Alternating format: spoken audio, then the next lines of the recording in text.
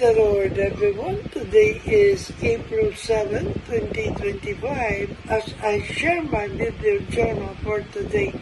For today, we are talking about 12 signs you're a better person, part 1.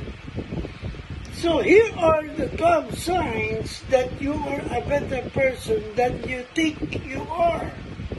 Number 1 is you care about others. So in the Bible, we could read this in Hebrews chapter 13, verse 16. For the Bible said, "And do not forget to do good and to share with others, for with such sacrifices God is pleased." Amen.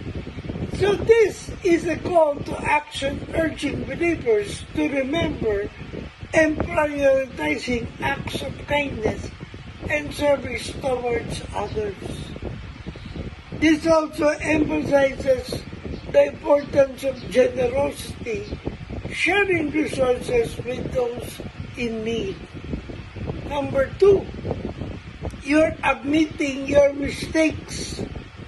So in James chapter 5, verse 16, where the Bible said, "Therefore confess your sins to each other and pray for each other, so that you may be healed. The prayer of a righteous person is powerful and effective."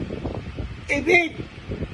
So this means acknowledging our wrongdoings and seeking reconciliation with those we have hurt, and as well as seeking forgiveness from God. Pray for one another. It means the importance of intercessory prayer, where we ask God to heal and restore others, both physically and spiritually. Number 3, you help others without expecting anything in return.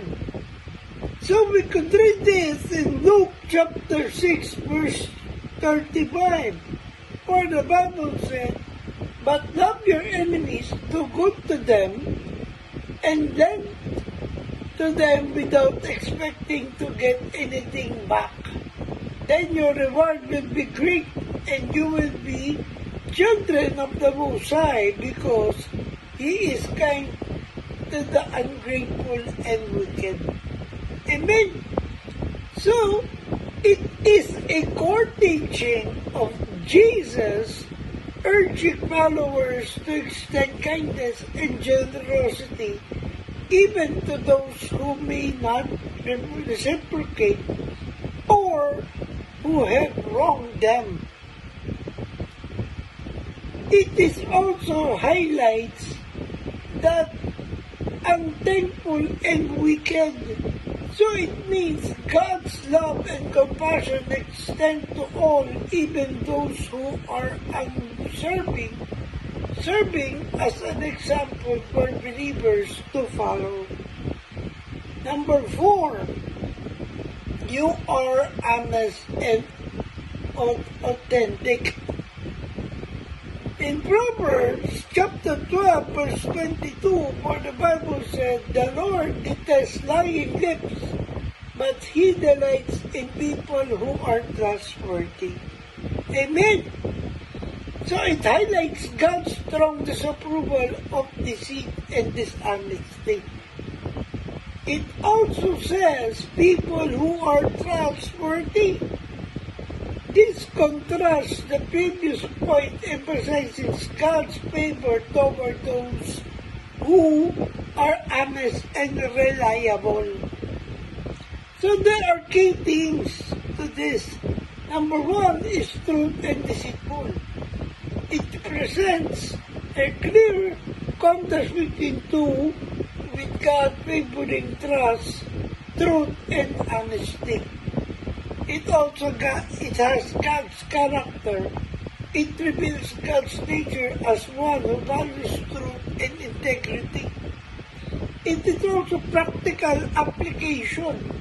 It encourages readers to strive for honesty and trustworthiness in their daily lives. So number 5 is treat people with respect. So we can read this in 1 Peter chapter 2 verse 17. For the Bible said, show proper respect to everyone, love the family of believers, fear God, honor the emperor. So, treating all people with dignity and consideration, regardless of their status or beliefs. Love families and believers. It emphasizes the importance of loving and supporting fellow Christians, recognizing them as part of God's family.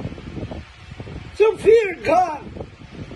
Fear God signifies the reverence and awe for God, understanding His authority and power. Honor the emperor. This refers to respecting and obeying the established authorities, recognizing their role in maintaining order and peace. And I leave you for the 6th today, you value empathy. In 1 Peter chapter 3 verse 8, for the Bible said, finally all of you be like-minded, be sympathetic, love one another, be compassionate and humble. Amen. So this is the importance of unity and agreement within the Christian community. Be sympathetic. This calls for empathy and understanding towards others, especially fellow believers. Love one another. It reinforces the importance of brotherly love and care for each other. Be compassionate. This encourages kindness and tender-heartedness towards others, and humble. This stresses the importance of having a humble attitude and not being prideful and arrogant. So there you have it, the part 1 of these 12 signs that you are a better person. Tomorrow we will continue to discuss the remaining of this topic. So for today, I hope I have inspired you with this video journal of mine. Remember, we are on a mission. Keep the fire burning, for we live to serve God. Stay safe and God bless everyone. Good morning.